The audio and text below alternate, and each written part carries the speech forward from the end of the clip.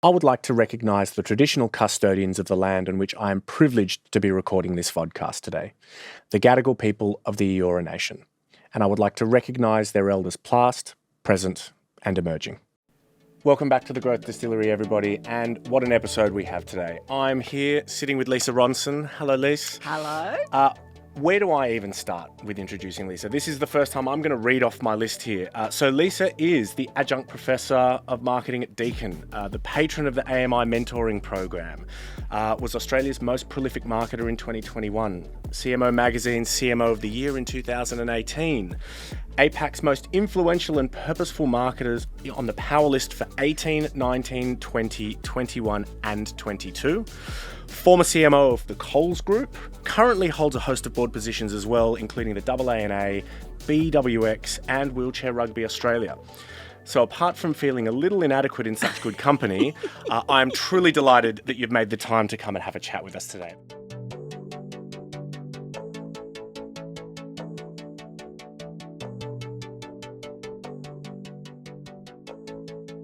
Thank you so much. Oh, thank you, Dan, and thanks for having me on. And I feel like 150 after that introduction.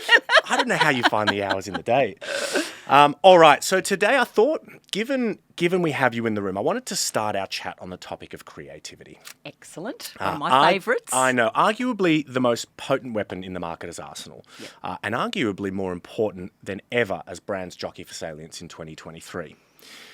But, and it's a big but, there seems to be growing rhetoric in market around a creativity drought or a lack thereof.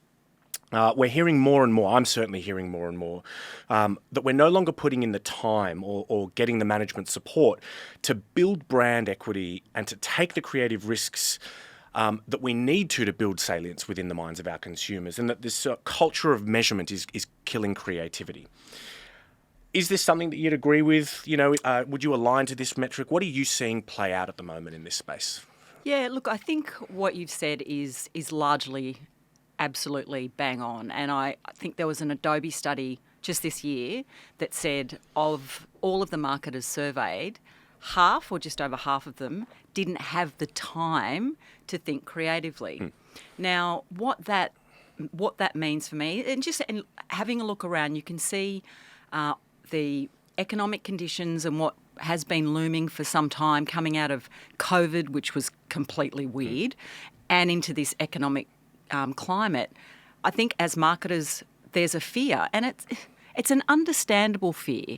But when you look around, you see a lot of short-term, tactical type communications and activity and ways to engage with customers and specific audiences. Now, there are some categories that are still doing it well, but it tends to be the ones that have to take a long-term view because it's a very involved purchase that they're making. Like the travel industry, I think is still doing a really good job.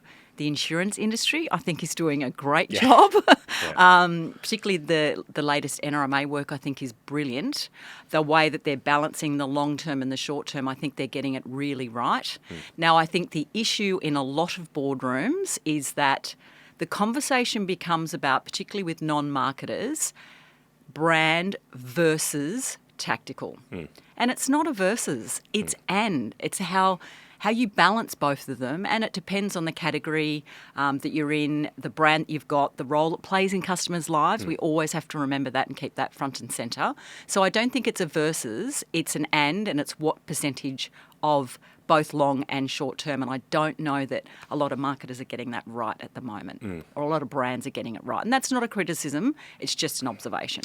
And you're saying that the current economic backdrop is aggravating that dynamic? Because, I mean, this is something that we've seen for the last few years, you know, this shift to performative marketing. Yeah, it absolutely is. And to the point you were saying on performance marketing, and this is where kind of last click attribution comes into play, because everybody thinks that's the sales driver, and the more engaging, more emotive work, whether that be in any form and on any channel, is not a sales driver. We all know that every study that's been done in the world of marketing and beyond, even by the really big consulting houses, is that when they're working together at the right percentage and in the right channels for that audience, that's when the sales and the growth comes. It's not one or the other. Yep. You mentioned channel. I think this is an interesting dynamic for us to talk to, which, there's two I think somewhat concerning shifts in my mind that I think creates tension, particularly when it comes to creativity and storytelling. The first, I think, is that the epicenter of advertising is continuing to shift to shorter and shorter form, right?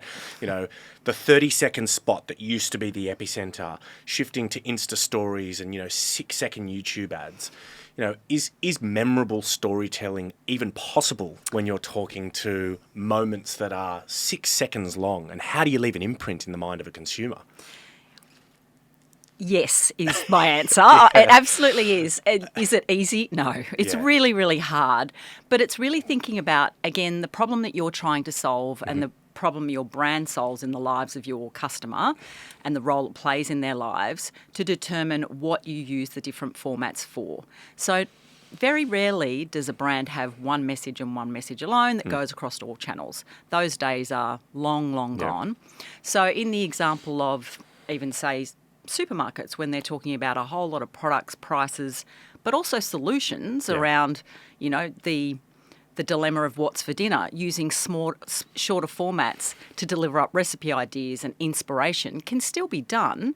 And they are, in fact, telling stories that the customer wants to hear, and they're perfect for the shorter form. Now, if you're launching or brand repositioning, if your customer's evolved or your brand's evolved in some way, I still think some of those longer form are very useful in creating an impact relatively quickly and then using the shorter formats to support that. Having said that, it doesn't have to be matching luggage. It just has to have a thread of consistency through it so it's not confusing to the customer. I'd like to just touch on consistency again for a second, because consistency of voice was always a principle in building a brand story. Not just one that resonates now, but one that lingers over time in the minds of our consumers. But to your point, has this explosion of channels and touch points impacted marketers' ability to be consistent, or are you suggesting that consistency doesn't necessarily need to be the principle, depending on whether or not you're trying to reinforce an existing brand message or pivot towards one that might be new? Yeah, that's exactly right. And I think to the point I was making earlier, what channel for what message is really clear. And so long as it's not completely schizophrenic, most customers get that, and they've evolved as the channels have evolved. We've all got smartphones and we all consume a lot of messages in our social feeds and things like that. So we are becoming a lot more adept at taking on a whole lot of different media and communications and messages and things like that. The key to the point you're making is threading it together so it's not making the brand's problem and shifting it to make it the customer's problem. Yep. It's solving for that and understanding where the customer is on their journey, and having that really deep insight around what you are trying to do and what you are trying to land. And you don't have to use all the channels all of the time. And, in my university capacity, it's one of the questions I get asked by so many students is, what is the best channel mix?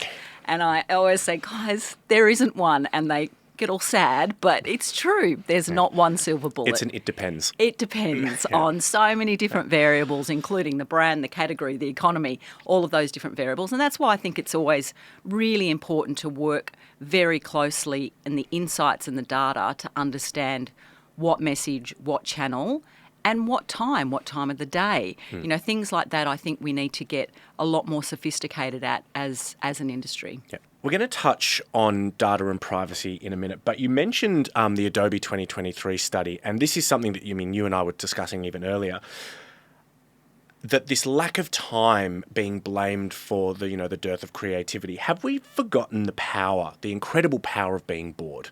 Are we all just too busy being busy? Yes, yes. And we all do it. We're all guilty of it. We jump in an Uber. We sit down to wait in a doctor's office, straight with the phone, straight onto something. We don't give our mind a moment. Even when we go for a walk, we've generally got devices with us, or AirPods in and that sort of thing. And there are so many studies to say that kids and adults, that if they're doing mundane things that are considered boring, the next thing they do will be a lot more creative.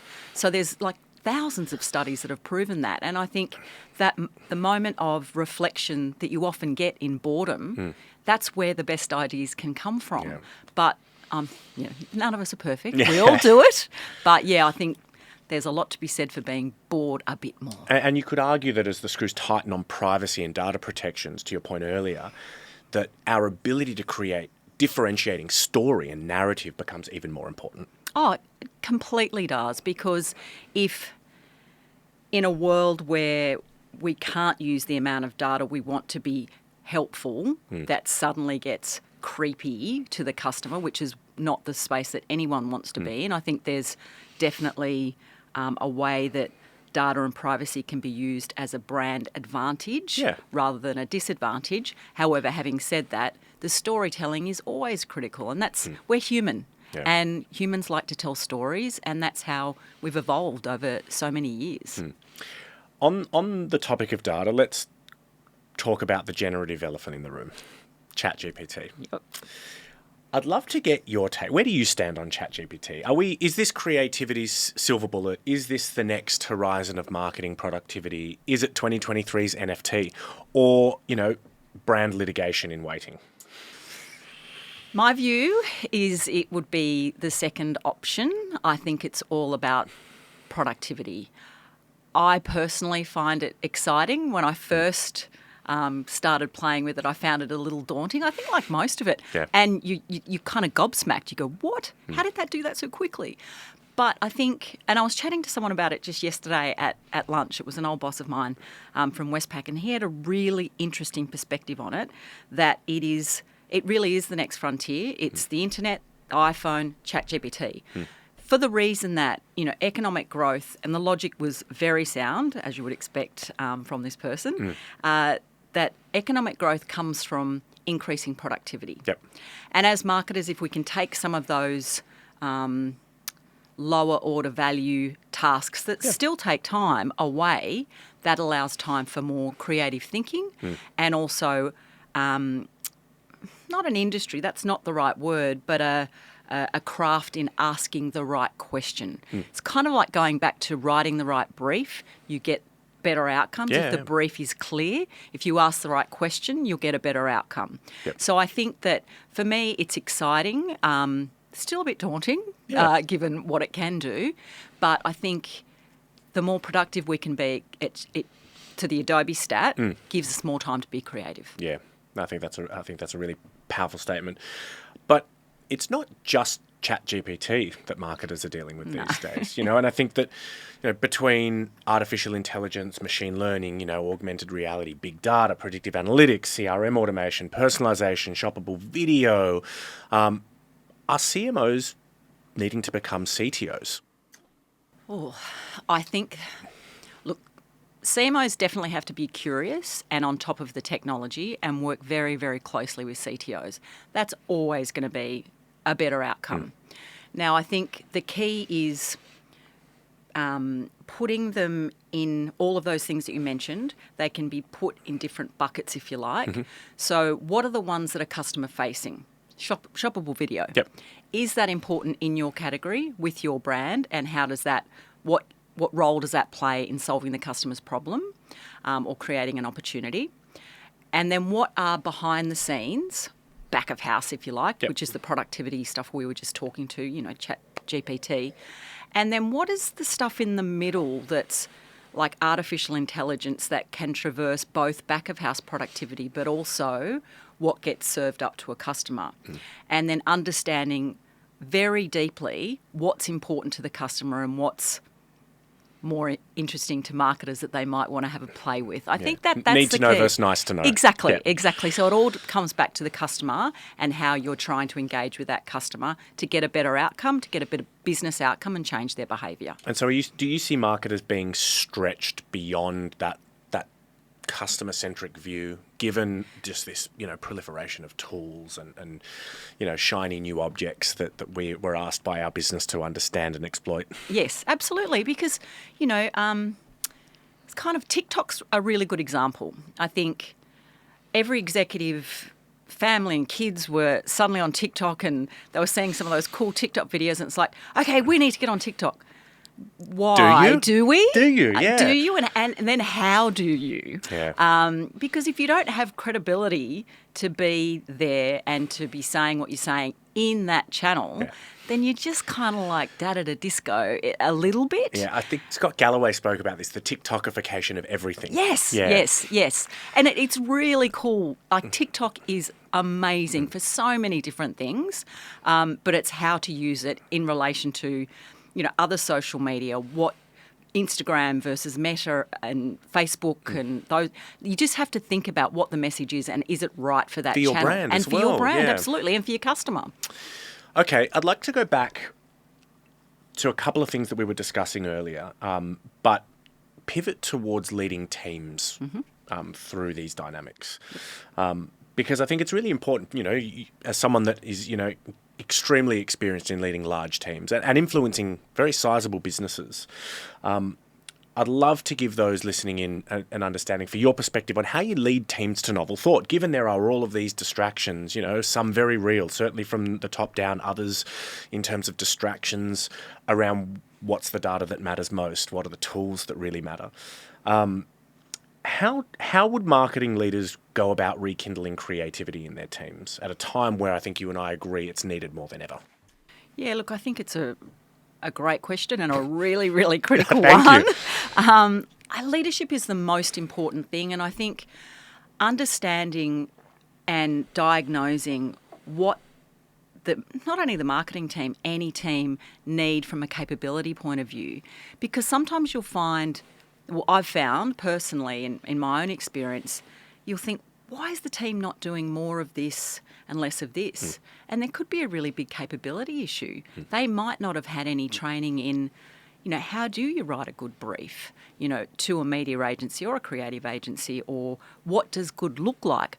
What are some great case studies that shows a balance of short and long term that led to measurable business growth? What metrics are the important ones to look at, depending on what the brand is, what the brand purpose is, what the growth targets are, what, all of the business metrics? Then that can lead to what metrics you look at day to day, which ones you look at week to week, month to month, or quarter to quarter. Yep. So it really, in my experience, the leadership is in the capability and making sure the team have the capability, and also making sure that they stay curious and feel safe to ask a question that they might feel is a dumb question, because that's when you understand and you can diagnose what you need to do and what specialist skills you need to bring in to help them keep them current and keep them growing. So there's a couple of items I want to talk to there. First being, you mentioned the short-termism, right? Balancing the long and the short. I'd love to get your take on what marketing leaders can put in place to insulate their teams from that short-termism. How do you find that balance, and what are some of the artifacts and the ceremonies that you've seen work really well in organisations that you've led? Yeah, it's giving them the data and the information to have the debate. Yep. Because if they're sitting in a room with someone that may have been in the company industry for a really long time and have quite rusted on views about, to the point I was making before, around brand versus tactical, you need to give them the information so that they can just give some stats, preferably on campaigns or programs that have run in your particular organisation, to say, well, when we got the balance of this between 60-40 right, it led to a market share increase of X and sales increase of Y, and just give them a few of those things just so you can disarm the other person and their very strong view to have a conversation. Yeah. Because it's very hard to have a conversation when someone states what they think is a fact, and then to try and argue with that fact is really difficult. Walk them back from there. Exactly. Yeah. Get them somewhere in the middle so that you can have the conversation. We touched very briefly at the beginning, and I think you reiterated it then, this idea of risk aversion. Yep. And certainly as part of that Adobe study, there was a lot of rhetoric around lack of support from management. But it begs the question. I mean, it's easy to blame the corner office for these things. Do you think that there's also an element of us filtering ourselves? Is there an apprehension these days to be, the marketer or the person that came up with that big and bold idea on the in case that it's the one that becomes the learn and not the win? Yes. It's scary. It's really scary. And that's why when one question, and I'll sort of repackage it back to if you don't mind. One of the questions I also get asked from students and also from team members is, how do you sell an idea to a board? And if you've got a formula and a way to do that, then you can sell it to the corner office, your colleagues, people that you work with, collaborating with partners and things like that. And that is, what is the problem you're trying to solve? How are we going to solve it? And what will the outcomes be and when? So oftentimes what happens is you do a new initiative, the finance community want results the next day, and so managing expectations that, okay, we might start to get social engagement first. We'll see that start to uptick. Yep. Then the brand health measures will start to improve, and then the sales will come. In some industries, and in some industries the sales will come, and then the other metrics and the reputation will come later, depending again on the brand and what category you're working in. And I think managing those expectations helps it from going, well, we tried that and it didn't work within 2 days of something getting in front of a customer. So I think it's the formula and the way that you sell it in to manage those expectations. Exactly. Yeah, that's so important. While we're on the topic of filtering and building playbooks to sell things, I'm always really conscious about what is a growing epidemic of curated identity. We explore this, across a raft of consumer segments, particularly younger Australian audiences, where this is becoming quite concerning as a trend. But equally, our professional personas are starting to seem equally sculpted these days. I'd love to get your take on, what you're observing. Similarly, how do I sell an idea to a boardroom? Are you seeing similar questions asked? How do I sell myself to an industry? I thought you might go here, Dan, based on some of the conversations that we've been having and some of the things I've said publicly around. And I'll try and unpack it so I don't sound like I'm just like your sledgehammer here. But I think like bulls in china shops. I think the whole notion of personal brand is bullshit. Okay. Because I think, and there's a quote from Sheryl Sandberg, if I can read it so I don't get it wrong. When we're packaged, we're ineffective and inauthentic. Her advice: don't package yourself. Now, for me, reputation is so much more powerful and important than personal brand, because to me personal brand does conjure up the notion of not necessarily being yourself, trying to be someone else. And as I've said many, many times to all of my teams and anyone that will listen, trying to be someone other than yourself is exhausting and you'll be really shitty at it. And so I think how you treat people, how good you are at your job, and how you treat, others around you that might not be as fortunate as you, and those sort of societal issues, they make a good reputation. It's an output rather than an input. And I worry when people, to your point, are constructing it as it's an input. It's not. People will either think that you're a good person, great at their job, good operator, whatever the terms might be.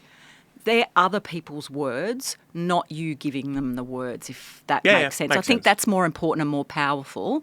And I think that that for me is it transcends that kind of personal brand stuff so much. I find it interesting because consistency, authenticity, sort of depth of character, these are foundations of great brands. I mean, that's brand marketing 101. But these tenets seem to go out the window when we talk about branding ourselves. It's how do we flock to the topic of the moment?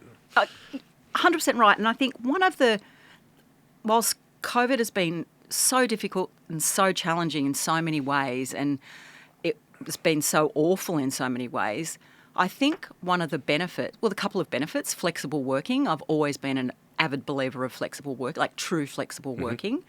The other is showing your true self, because it was really hard to put on the kind of army suit and go into the office and pretend to be someone else when you're sitting at your desk or at your living table and your kid comes over and says, I want to go to the bathroom, or the dog's barking, or, your partner's too loud in the background. That's my personal one. People had to let their guard down and just be themselves. Now, that was the part that I loved, because I don't like the notion of us having a home self and a work self. Now, everyone chooses to work differently, whether they want to compartmentalise or mix it all together. That's entirely up to them. But it's not, I don't think, genuine to put on the armour, come to work and behave in ways that you wouldn't in other aspects of your life. Yes, we have to do different things in different parts of our lives, but we're the same person. We're not changing that personality and having two faces, I don't think. Yeah, no, I think that makes a lot of sense. You mentioned flexible working. I think that there's a rabbit warren we can go down there. But before we do, for those then that are building their careers, right, that are at the other end, that are nowhere near as established as yourself and the people that I'm very privileged to be able to talk to on the vodcast, how then do you go about marketing yourself and getting your name out there in an authentic and a character-aligned way? I think, well, for me, it was always about networking in a positive way, being curious about other people and their lives and asking questions, and getting to know the people that you work with, the partners that you work with, on a more personal level. And then, if you need a favour, they need a favour. Actually, a piece of advice I got when I was leaving Carlton United Breweries and I was going to Visa to be the marketing manager, I was terrified. I'm not going to be able to do this job. All those doubts come into your mind. And one of the brand managers at the time, he said, Lisa, just remember, you can, if you're in a pickle or a bind, you can just call any of us and say, have you been in this situation? Have you got any advice for me? And when you do that, that is a great form of, you don't think of it as networking because it's not, but when someone helps you out of a bind, you've got a suddenly different dynamic already there. So I think asking for help, showing that you're vulnerable, being a decent person and treating everyone like you want to be treated, it's the simple things. I think that's a fabulous piece of advice. Ahead, I think, in my experience anyway. So you mentioned a critical ingredient in that, which is getting to know your colleagues. One of the things I'm always really conscious of, particularly with more junior professionals who are building their career, is the impact of fully fluid and flexible working on the capability to do that, right? Yep. Certainly when I was starting my career, it was those chance encounters walking the halls. It was being introduced to someone that was in a team completely or nowhere near adjacent to mine. Yep. Are you worried that in our swing towards fully fluid work, ways of working, that we're making it that little bit more difficult for those chance encounters? I see too many young professionals just interacting with their immediate team, if that. Yeah, I do think it's a problem, and I think that's why in flexibility we need to design the space and the opportunity to have those offhand collaborations, whether that be setting without being draconian about it, setting some days in the office, whether it be 2 or 3 days, these hours, so if people want to drop off kids and pick them up and those sorts of things, that's totally fine.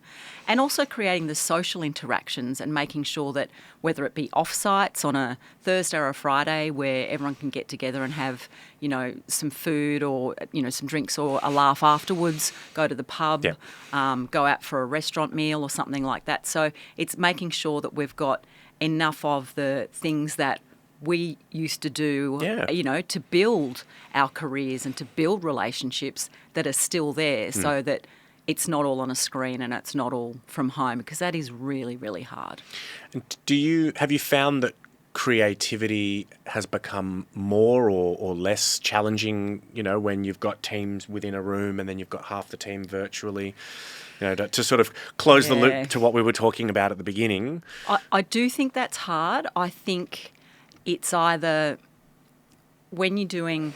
So, okay, a good example is when you're doing those big planning days where you've got tens or hundreds of people, I find it's best it's all either all virtual or as much in person as we can, because Yeah. when you're one of maybe 10 people on a screen and there's 100 people in a room, that's really hard. It'll take twice as long to crack the nut you were trying to crack when you're doing it that way. So I find it's easier to get everyone together in the room, or have it all virtual, or do one day when everyone's together in a room and then the next day virtual, which is, the follow-ups and the action items and things like that. So the hybrid for me in a creative sense doesn't work. In meetings it can work. You just need some rules to make sure that the people on the screen feel like they're part of the conversation. Sage wisdom. Okay, so Lisa, as we get to the back end of our illuminating chat, I like to get my guest's perspective. We call this through the looking glass. Mm-hmm. What would your 3 rules be for brands looking to sustainably grow over the coming year in the context of what we've been discussing today? Yep. Number 1, understand your customer, the role that you play in their lives, and the problems that you're trying to solve for them. Understand how you're going to grow the business. What are the key levers you need to grow the business? And the third one would be no creativity by consensus. Sometimes you have to stick your neck out, and for really great ideas, and if you know they're great and you've researched them in whatever form, you have to stick your neck out a bit sometimes, as uncomfortable as that is. I wholeheartedly agree. I mean, we had James Leggett here talking about bravery for brands earlier in the series. Well, he's a very good one to talk about that, actually. And a word on what this doesn't look like for those that may misinterpret your 3 rules. It doesn't look like filtering information, customer information, because it's hard or difficult to share. Ooh, I like that. Yes. There's been many, many occasions in my career where I've looked at something and gone, oh my goodness, is it that bad? But you have to share it, and you have to share it unfiltered, but not just lob it on the table as a problem. And this is how we're going to solve for that so that we can turn it around. Brilliant.